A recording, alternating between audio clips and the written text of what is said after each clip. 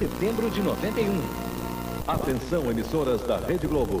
5 segundos para o próximo programa.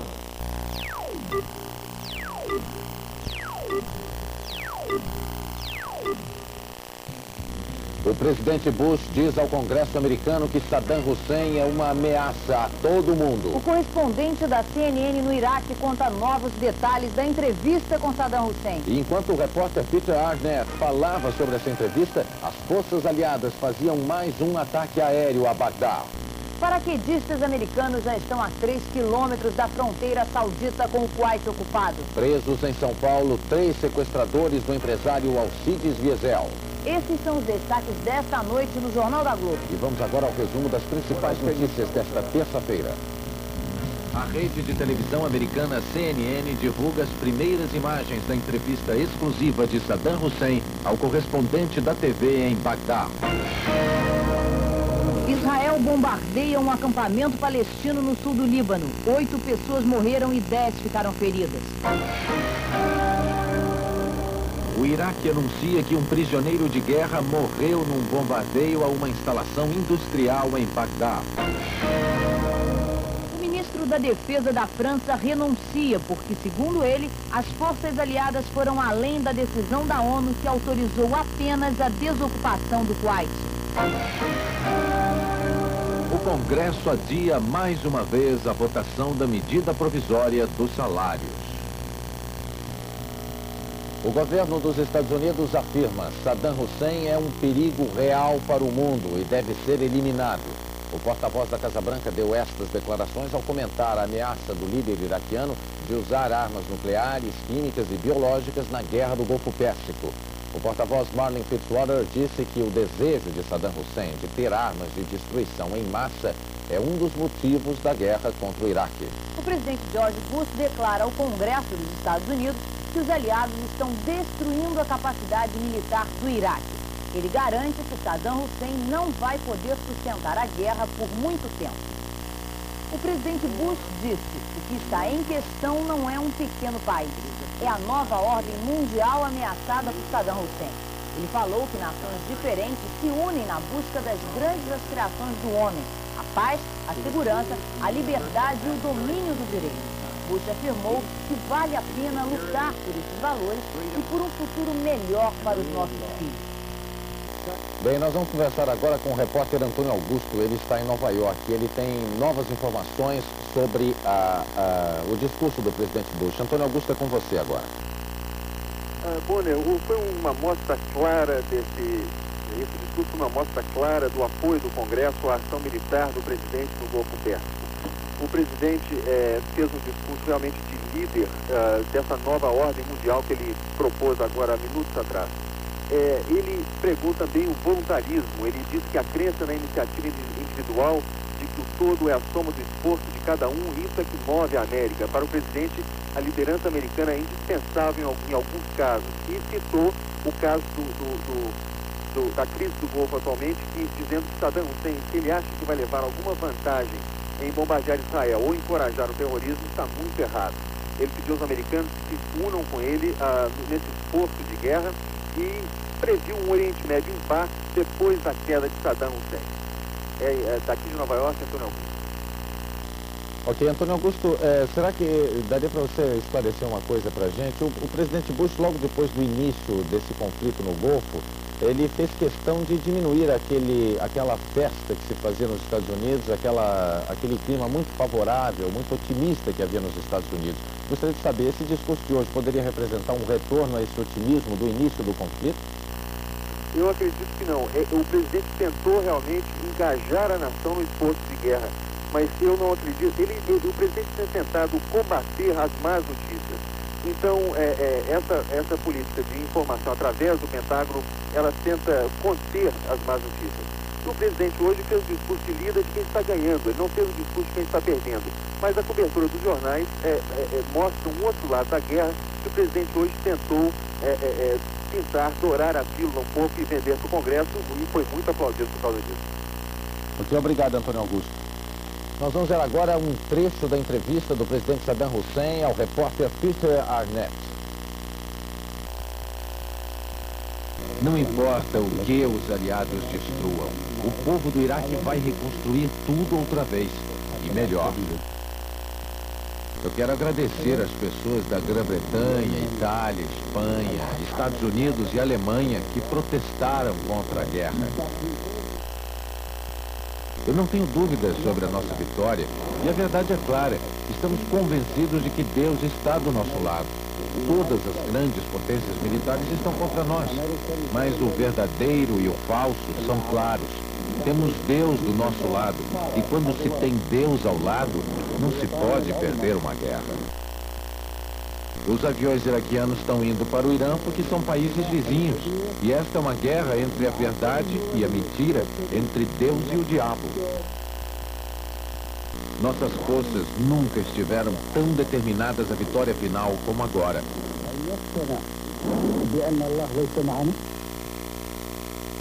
A rede de televisão CNN anunciou a divulgação da entrevista completa do presidente Saddam Hussein para as 2 horas da manhã, hora de Brasília. A Rede Globo vai mostrar a entrevista daqui a pouco, junto com a CNN.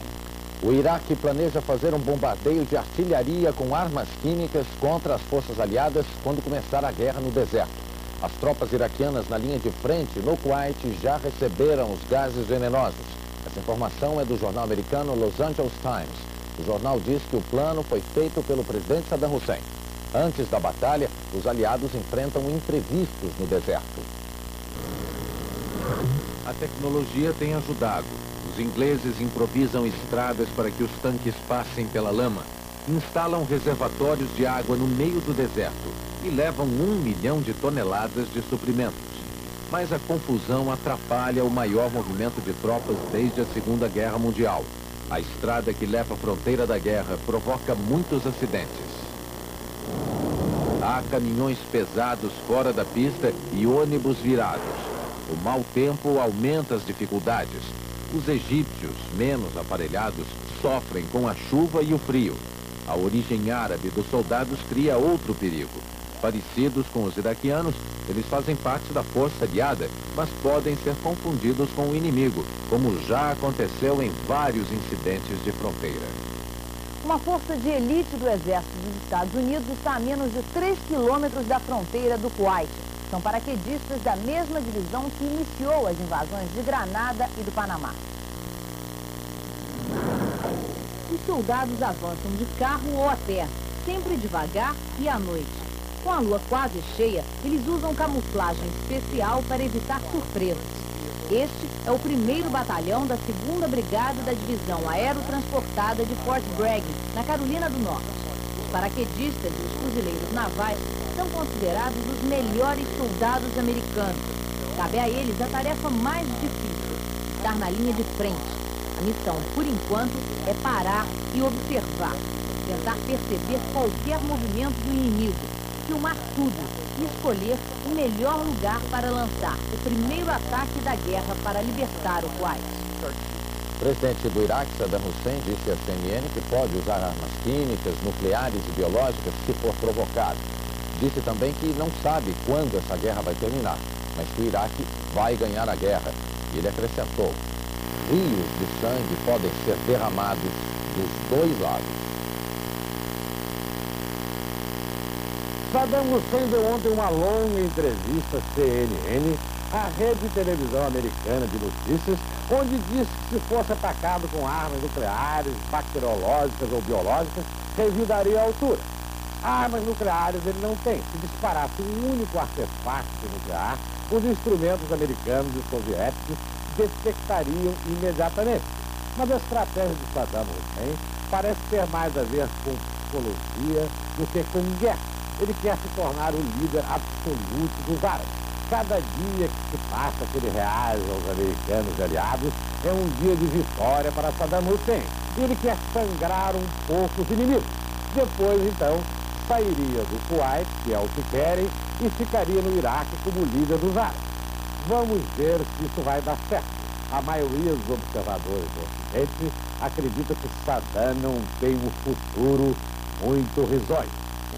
A seguir, os mísseis controlados... Cada vez mais próxima, os americanos vão lutar segundo o Manual de Operações do Exército. Um manual que está à venda em qualquer livraria e qualquer um pode comprar, inclusive os iraquianos. O livro verde da guerra se chama Operações, Manual de Campo 100/5. O manual resume a doutrina americana da guerra clássica de infantaria. Os exércitos não saem para a guerra e simplesmente começam a atirar uns nos outros. Precisam ter planos de batalha. O que o livro verde faz é ensinar aos comandantes militares, em situação de desvantagem de soldados e tanques, como derrotar o inimigo. É exatamente esta a situação que os comandantes de infantaria americana estão enfrentando no Kuwait. Os iraquianos tiveram meses para cavar trincheiras e acumular tanques. A razão para se escrever um manual revelando como se vai lutar é simples. Os manuais precisam ser lidos pelos soldados para que entendam como vão combater. Os Estados Unidos estão usando e testando nesta guerra armas de última geração. São os chamados mísseis inteligentes, que se orientam por computadores para caçar os alvos. Este filme do Pentágono mostra um ataque registrado por uma câmera instalada no próprio míssil. É nessa base militar da Califórnia, nos Estados Unidos, que os mísseis inteligentes são testados e avaliados. O piloto guia o míssil até o alvo, mas ele é disparado a mais de 8 quilômetros de distância. Em poucos segundos, o piloto tem a imagem dentro do avião e pode ver o ponto exato onde o míssil vai explodir. Os testes de aperfeiçoamento prosseguem. O Pentágono acredita que as armas computadorizadas podem salvar as vidas dos pilotos e de muitos civis. O Departamento da Defesa dos Estados Unidos calcula que 40% das armas inteligentes erraram o alvo. A avaliação do Pentágono foi divulgada pelo jornal americano Boston Globe. A rede de televisão CNN mostrou agora há pouco, ao vivo de Bagdá, um depoimento do repórter americano Peter Arnett sobre a entrevista que ele fez com o presidente Saddam Hussein. A entrevista de 1h30 foi feita num subúrbio de Bagdá. Ela ainda não foi mostrada na íntegra, porque faltou energia elétrica em Bagdá. A reportagem está chegando fragmentada através de um transmissor portátil do satélite. Peter Arnett entrou no ar em meio a um anúncio. Explicava que quando perguntou a Saddam Hussein quanto tempo a guerra vai durar, o presidente respondeu que só Deus sabe. Saddam Hussein previu que muita gente vai morrer, de todos os lados, americanos, sauditas e iraquianos. Perguntei, continuou Arnett, se ele tem alguma dúvida sobre quem vai ganhar a guerra. Ele respondeu que não tem uma dúvida em 1 milhão. São os iraquianos. O repórter Bernard Shaw, que estava em Bagdá com Arnett, que hoje fazia entrevista com o colega, lembrou que Saddam Hussein estudava as palavras durante a conversa. Bernard Shaw perguntou o que Peter Arnett achava da frase do presidente, que falava de grandes sacrifícios se uma guerra em terra fosse muito violenta. Arnett respondeu, perguntou o que Hussein queria dizer com se uma guerra em terra fosse muito violenta. E ele corrigiu, para quando uma guerra em terra for muito violenta. O depoimento foi cortado para mostrar um ataque aliado. A câmera focalizou o céu escuro de Bagdá e Arnett comentou que todas as noites eram assim. E todos puderam ver, ao vivo, o fogo da defesa antiaérea iraquiana.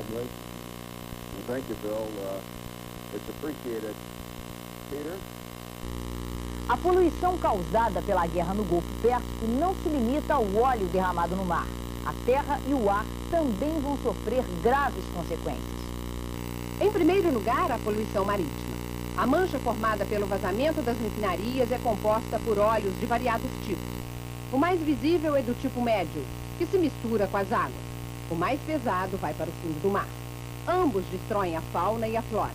O terceiro tipo é o leve, que evapora e vai formar chuvas ácidas, que contaminam a terra. Até agora já foram derramados mais de 11 milhões de toneladas de óleo nas águas do Golfo. Isso corresponde a 24 dias de importação de petróleo do Brasil. E os especialistas acham que vão ser necessários uns 200 anos, no mínimo, para o mar voltar a ser o que era antes. O professor Josimar de Almeida, da Universidade Federal do Rio de Janeiro, é especialista em meio ambiente. Professor, quais são os gases que estão sendo jogados nessa área de guerra? Os gases são vários, até agora pelo menos de 3 origens. Uma delas é oriunda da queima do óleo cru derramado no Golfo Pérsico. A segunda, da queima de combustível dos aviões militares. E a terceira, dos bombardeios. Esses gases são altamente tóxicos e, com certeza, eles estão afetando a saúde das populações atingidas. E aquela fumaça preta, cinza, quase preta que a gente vê nas imagens da guerra? O que ela pode provocar? Essa fumaça derivada da queima do óleo derramado no Golfo, ela pode reagir com as nuvens de água e formar, então, a conhecida chuva ácida, que, por sua vez, certamente atingirá essas populações, destruindo telhados, paredes, monumentos, atingindo as lavouras e as pessoas em si. O que ela causa nas pessoas? Ela pode provocar uma série de lesões na pele, queimaduras ácidas na pele, bem como afetar principalmente o sistema respiratório das pessoas. A comunidade judaica de São Paulo se reúne... Revela a fragilidade do Iraque. Paulo Henrique Amorim. O embaixador do Irã aqui na ONU mandou uma carta hoje ao secretário-geral Pérez de Cuellar. Segundo o embaixador, o Irã enviou um protesto ao governo do Iraque por causa da ida de aviões iraquianos para o Irã. Ainda segundo o embaixador Kamal Karrazi, os aviões não vão levantar voo até o final da guerra. Mas segundo o jornal New York Times de hoje, o Irã está fazendo jogo duplo, tentando ficar bem com o Iraque e bem com os Estados Unidos. Paulo Henrique Amorim, de Nova York. E nós vamos de novo a Nova York, desta vez por telefone, para conversar com o repórter Antônio Augusto. Antônio Augusto, como é que reagiu a oposição democrata ao discurso do presidente Bush ao Congresso? Olha, Bonner, a resposta do Congresso é uma tradição. Logo depois desse discurso do presidente, vem sempre a resposta do Congresso, e que dessa vez veio na figura do senador George Mitchell. Ele é o líder da maioria democrata no Congresso. Ele reafirmou o apoio à ação militar no Golfo, mas ele colocou ao presidente algumas dúvidas. Ele disse que se os Estados Unidos podem gastar tanto dinheiro numa guerra, por que não investir também em fábricas e projetos sociais? E podem empregar essa tecnologia nos armamentos do Golfo, por que não empregá-la também para carros eletrodomésticos e bens de consumo? Para o senador, a prioridade é interna. Ele acha que há muitos erros na política de iniciativa individual, de falta de envolvimento pesado do Estado do presidente Bush. E mesmo congratulando-se com o presidente no apoio aos soldados que estão no Golfo, ele deixa claro que, pelo menos por enquanto, enquanto a popularidade do presidente está em alta, os democratas estão com ele também. É essa união, acredita o presidente Bush, que pode ganhar guerras para os Estados Unidos. É isso, Bonner. A guerra do Golfo pode acabar se o Iraque sair do Kuwait. A proposta de cessar fogo foi anunciada agora há pouco pelos governos dos Estados Unidos e da União Soviética. Os governos das duas potências se comprometem também a trabalhar pela paz entre Israel, países árabes e palestinos. Mas o texto do documento não inclui qualquer tipo de negociação que envolva os territórios ocupados por Israel. Bem, a equipe da Globo continua em plantão para passar a você as últimas informações sobre a guerra do Golfo. Nós voltamos a qualquer momento. Até já. Até já.